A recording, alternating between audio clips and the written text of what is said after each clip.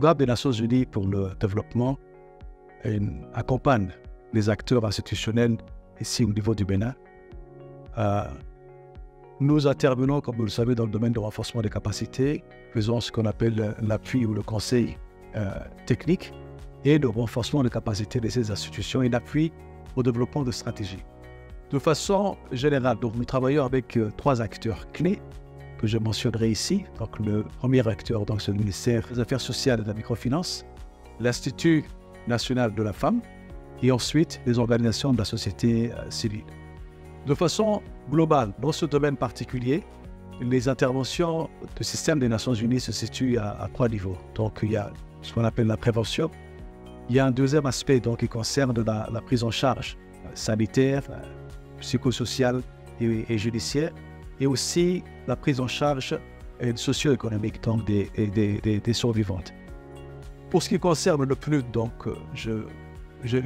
nous intervenons tout particulièrement dans le domaine de la prévention, le premier domaine que j'ai cité, et tout ce qui concerne la prise en charge sanitaire, psychosociale et judiciaire. Vous savez également qu'il y a un lien très étroit entre ces violences et puis la pauvreté.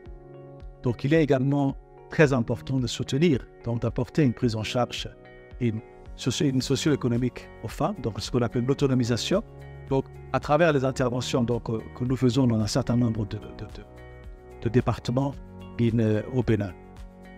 Si je reviens maintenant à la prise en charge, et particulièrement la prise en charge judiciaire, nous avons également contribué à former les acteurs clés dans ce domaine.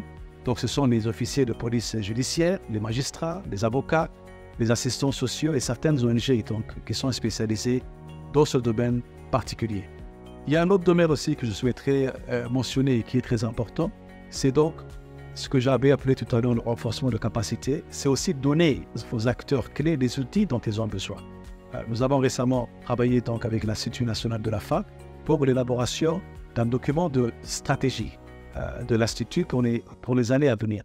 Ce document de stratégie était basé sur un diagnostic qui était très détaillé, un diagnostic très détaillé du secteur et de l'existant.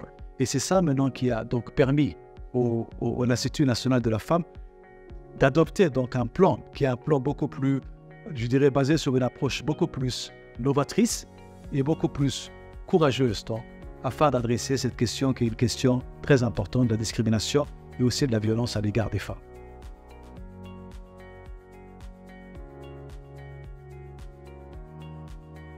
Le premier message, c'est parler, c'est agir. Parler, c'est agir. Il faut absolument que nous arrivions à briser le silence. Donc que l'on soit témoin ou que l'on soit victime. Le deuxième message, c'est que chaque voix compte. Chaque histoire doit être entendue. Et je crois qu'il est très important que nous nous mobilisons ensemble afin de sensibiliser, afin d'agir ensemble, afin surtout d'œuvrer dans un monde où nous allons éradiquer les violences faites aux femmes.